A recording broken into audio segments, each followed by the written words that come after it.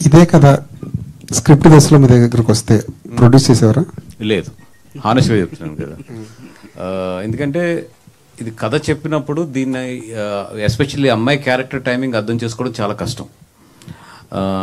And second thing, నిజంగా ఇది కథగా చెప్పుంటే మాత్రం 100% ఎట్లా ఉంటుందంటే, మాకు ఆయన పల్లెటూరు మీద ఇట్ల మీద ఒక రైతు మీద ఎక్కువ ప్రేమ కలిగి తీస్తున్నాడు అనుకుంటాం, కానీ ఇంత కమర్షియల్గా మైల్ చేయగలడు దాన్ని అని మాత్రం కథ స్టేజ్లో అది పూర్తి దర్శకుడు పాయింట్ ఆఫ్ వ్యూ నుంచి వచ్చిన కథ కాబట్టి ఇది ప్రొడ్యూసర్గా అర్థం చేసుకోవడం కష్టం ఇది.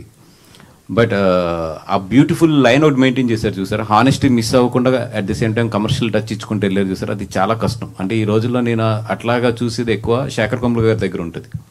నేను I don't want to compare anything, but ఒక హానెస్ట్ విషయాన్ని ఆయన చాలా బ్యూటిఫుల్గా చెప్పుకుంటూ వెళ్తారు. నాకు తెన్లో అది కనిపించింది.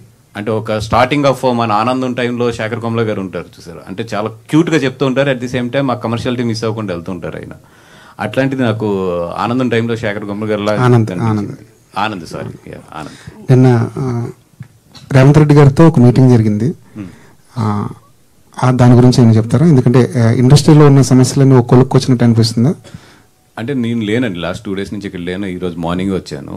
నాకు అంటే ఇన్ఫర్మేషన్ బాపీ కానీ వీళ్ళందరూ ఎప్పటికప్పుడు ఇన్ఫర్మేషన్ చెప్తూ ఉంటారు. వాళ్ళు చెప్పిన దాంట్లో నాకు అర్థమైంది ఏంటంటే, ఏదో 2-3 సమస్యలు తేలలేదు, బట్ దానికి చర్చలు జరుగుతూ ఉంటాయి. అది ఏదైనా ఉన్నా కూడా గవర్నమెంట్ లేబర్ కమిషన్ వైపు నుంచి ఇన్వాల్వ్ అయ్యి దాన్ని సాల్వ్ చేద్దాము. బట్ ఫస్ట్ అయితే మాత్రం స్ట్రైక్ కాకుండా ఇమీడియట్లీ వర్క్లోకి వెళ్ళండి. అందరూ కూడా ఇబ్బంది పడుతున్నారు, ఇటు ప్రొడ్యూసర్స్ కానీ అటు వర్కర్స్ కానీ ఇబ్బంది పడుతున్నారు.